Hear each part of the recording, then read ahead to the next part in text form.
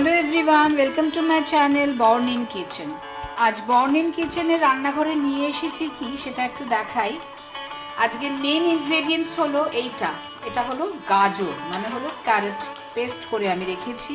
সাথে লাগবে, কোনো মশলা মাখাবো না, পেঁয়াজ কুচিয়ে রেখেছি একটু, পেঁয়াজ বাটা আছে, রসুন বাটা, আদা বাটা আর আলু একদম ভেজে রেডি করে রেখেছি। ঠিক আছে, চলুন এবারে সোজা কড়াই তেল দিয়ে তেল গরম করব। কিভাবে শুরু করি সেটা দেখ। তেল গরম হয়ে গেছে, শুরু করছি এবার। তেল গরম, প্রথমে আমি জিরে ফোড়ন দেবো।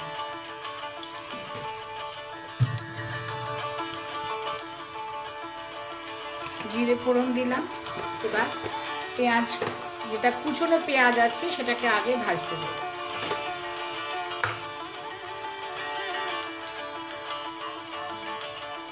তেল জিরেটা একটু ভালো করে আর একটু ভেজে যায়।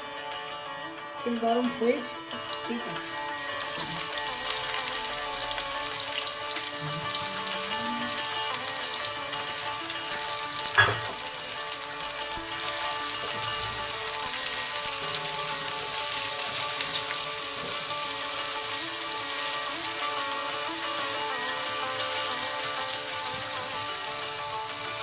পেঁয়াজটা একটু ভাজা হবে, একটু অপেক্ষা করব পেঁয়াজ ভাজা পর্যন্ত। তারপর আস্তে আস্তে পেঁয়াজ বাটা, রসুন বাটা তো দিতেই হবে। আচ্ছা, তার আগে অলরেডি বলেছি আমি যে চিকেনটাতে আমি কিছু শুধু জাস্ট ধুয়ে মাখানো আছে।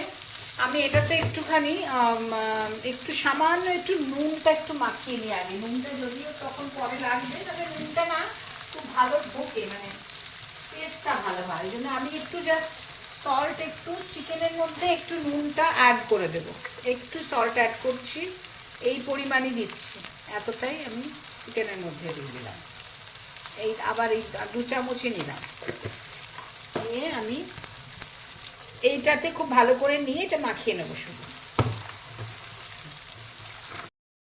আচ্ছা, পেঁয়াজ ভাজা কিন্তু অনেকটা হয়ে গেছে, এর থেকে বেশি আর ভাজবো না, কারণ এর সাথে কিন্তু আমাকে এবারে পেঁয়াজ, যেটা বাটা পেঁয়াজ আছে সেটা এবারে মিক্স করতে হবে। তাই বাটা পেঁয়াজটা এবার আমি দিয়ে দিলাম।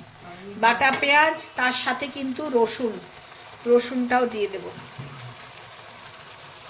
রসুনের পরিমাণটা কিন্তু বেশিই দিলাম, কমালাম না।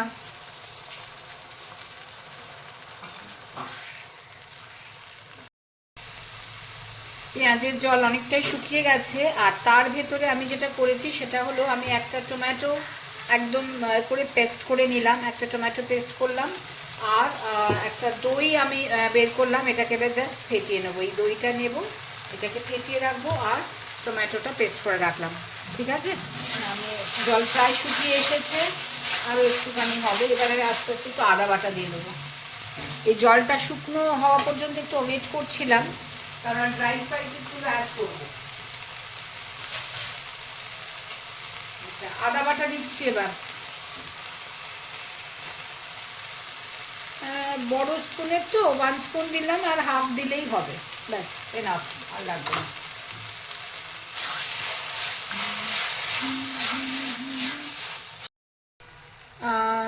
এবারে যেটা দেব সেটা হলো ওই টমেটো পেস্টটা দিয়ে দিই। এবারে আমি এইখান থেকেই ডাইরেক্ট দিয়ে দিলাম। রান্না সব সময় না খুব সাজিয়ে গুছিয়ে কি আমরা করতে পারি? একেবারে সেই ছবির মতন সুন্দর করে সাজিয়ে গুজিয়ে সত্যি কিন্তু আমরা পারি না, মানে আমি নিজেও সব সময় তো সেটা পারি না। তাই দৈনন্দিন জীবনে আমাদের যেটা সহজভাবে আমরা যে কাজটা করি, আমি অনেক সময় সেভাবেই করি। যদি কারোর এভাবে দেখতে অসুবিধে হয়, হয়তো অস্বস্তি লাগতে পারে যে আমি কোনো সাজিয়ে আড়ম্বরহীনভাবে কেমন রান্না করি, তাহলে আমার কিছু বলার নেই। কারণ যেটা সত্যি পারি না সেটা তো পারিই না, সেটাতে জোর করে সেটা করার তো কোনো মানে হয় না। কারণ আমরা শত কাজের ভেতরে কিন্তু রান্না করি। আজকাল আমরা মেয়েরা কি শুধুই রান্নাঘরে সকাল থেকে থাকি? তা কিন্তু থাকি না। এই আজকে তো এই রান্নাটা করার আগে কিন্তু এতক্ষণ পর্যন্ত আমার অনেক কাজ ছিল, সেগুলো শেষ করে তবে তো রান্নায় আসবো। তাই জন্য ঠিক সাজিয়ে গুজিয়ে খুব পরিপাটি হয়ে আমি সবসময় আপনাদের সামনে আসতে পারি না নিয়ে জিনিসটাকে, যদিও প্রেজেন্টেশন ভীষণ ম্যাটার করে, এটা নিশ্চয়ই আমি মানি, কিন্তু তাও পারি না। যেটা পারি না তার জন্য আমি ক্ষমা চাইছি। তবে রান্নাটা যেভাবে করছি সেভাবে। আচ্ছা, এটা তো দেখাচ্ছি এইভাবে অবস্থায় এসেছে টমেটো পেস্ট দেওয়ার পরে। এবার গাজরের যে পেস্টটা আছে, আমি না এটাতে দুটো বড় বড় গাজর নিয়েছি, দুটো বড় গাজর ঠিক এভাবে নিয়ে পেস্ট করে নিয়েছি। একদম কাঁচা গাজর, কোনো সেদ্ধ টেদ্ধ কিচ্ছু না, জাস্ট ধরে মিক্সিতে পেস্ট করে নিলাম।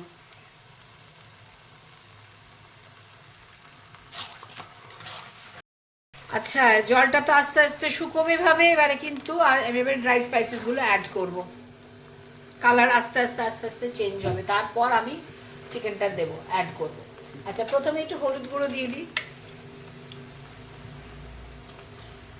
2 চামচ দিলাম। ধনে জিরে গুঁড়ো দেবো এবার। আমি আগেই বলি, আমার ধনে আর জিরে একসঙ্গে আমি দুটো প্যাকেট কেটে এখানে এভাবে রাখি, সেইটাই 2 চামচ ধনে জিরের গুঁড়ো দিয়ে দিলাম।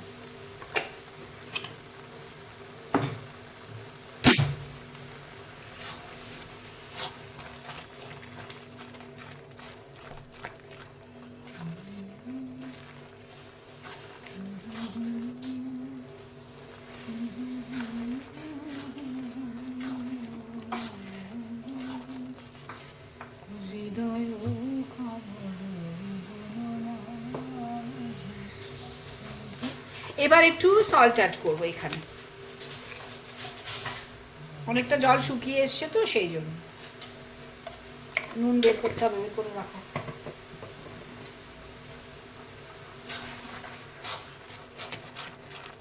আমি তো গুঁড়ো লঙ্কা কিছু ব্যবহার করব না, আমি এখানে কাঁচা লঙ্কা দেবো এবার।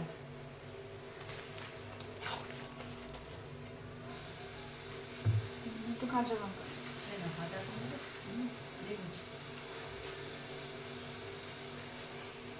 ভেঙে ভেঙে দিয়ে দিই। 3টে দিলাম, 4টে, আর 2টো গোটা লঙ্কা দিলাম, ব্যাস, আর লাগবে না। এইবার চিকেনটা অ্যাড করবো।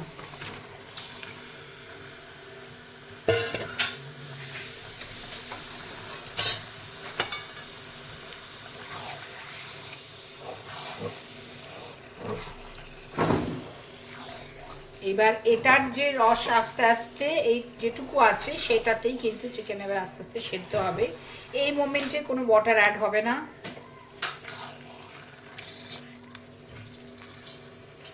মানে নুনটা এবার পড়লো তো জল আস্তে আস্তে একটু বেরোবে।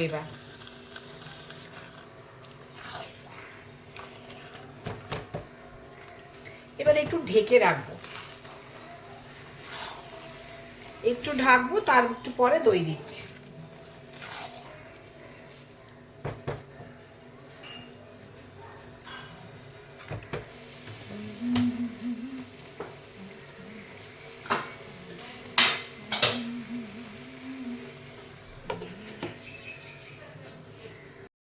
একটু খুলে দেখি এবার কি অবস্থা। এই দেখুন কতটা জল বেরিয়েছে, বলেছিলাম না জল বেরোবে। ওই জন্য এখন এই মুহূর্তে কোনো এক্সট্রা ওয়াটার দেবো না, যখন লাগবে একটু দেবো অবশ্যই, কিন্তু এখন আপাতত এটাকে ভালো করে কষাবো।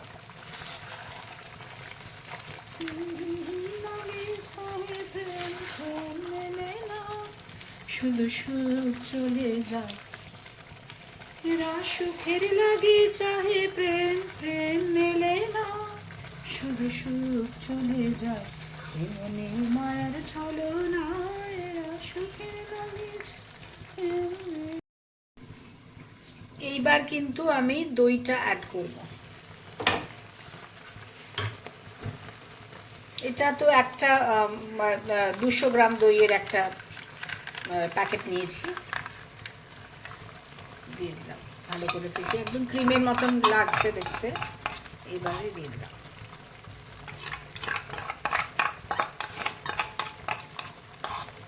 এবারে টেক্সচারটা দেখবেন কি সুন্দর হয়ে যাবে আস্তে আস্তে।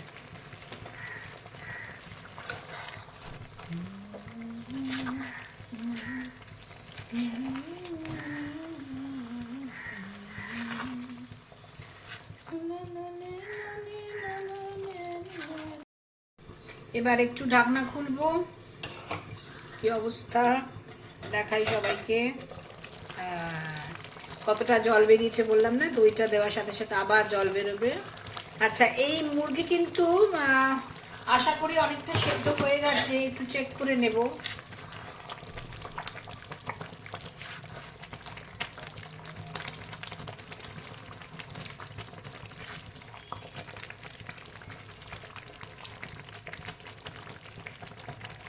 হ্যাঁ, একদম দেখুন, এই দেখুন খুলে বেরিয়ে আসছে, তার মানে এটা সেদ্ধ হয়ে গেছে অনেকটা, মানে 80% অলরেডি কুকড হয়ে গেছে। এবার ভাজা আলুগুলো আমি এখানে একটুখানি দিলাম।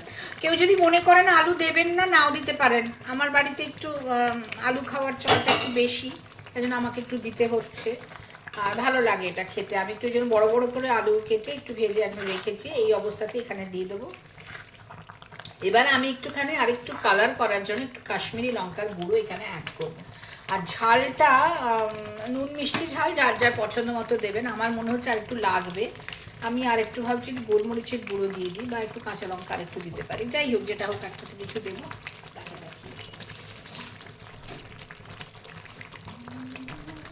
আমি একটু কাশ্মীরি লঙ্কার গুঁড়োটা দিই, ডাইরেক্ট এখান থেকে প্যাকেট থেকে দিয়ে দিলাম। কতটা হবে, 1 চামচই হবে, খুব একটা মাপজোপ করে দিলাম না। এটা একটা বলতে পারেন রান্না শেখানোর নামে রান্না দেখাচ্ছি, যাই হোক যা বলবেন। এটা একটা অভ্যেস, মানে দীর্ঘদিন রান্না করতে করতে না এটা কতটা লাগতে পারে এটা আর আমি মাপজোপ করে কিছু দেখালাম না, তবে মোটামুটি 1 চামচ মতন দিলাম।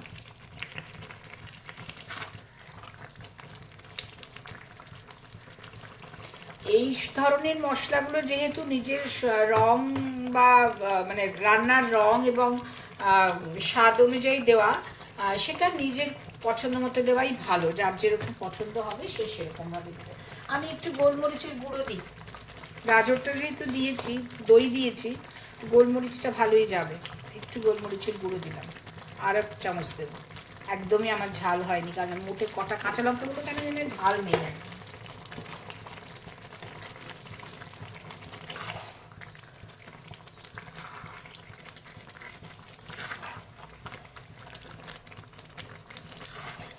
আবার এবার একবার খুলে দেখাই কষা। এই দেখুন, হ্যাঁ দেখুন কি সুন্দর রং এসেছে, তেলও বেরিয়ে এসেছে। সেদ্ধ তো অনেকটাই হয়ে গেছে বললাম। এবার আমি এই অবস্থাতে একটুখানি গরম জল দেবো। দেখুন কি সুন্দর তেল বেরিয়েছে, রংটা তো খুবই সুন্দর হয়েছে।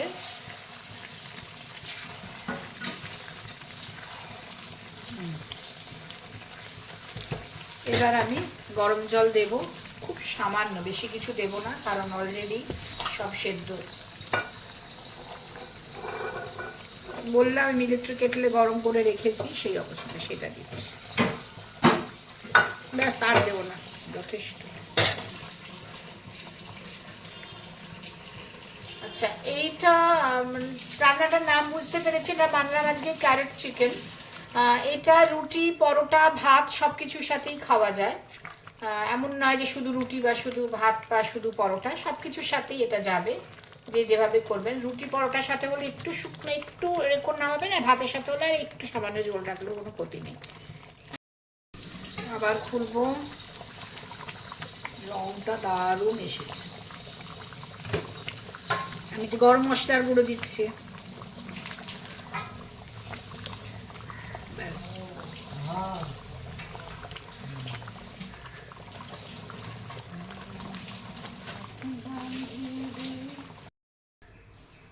রান্না প্রায় শেষের দিকে, এবার নামানোর পালা। দেখুন কেমন সুন্দর রং এসেছে।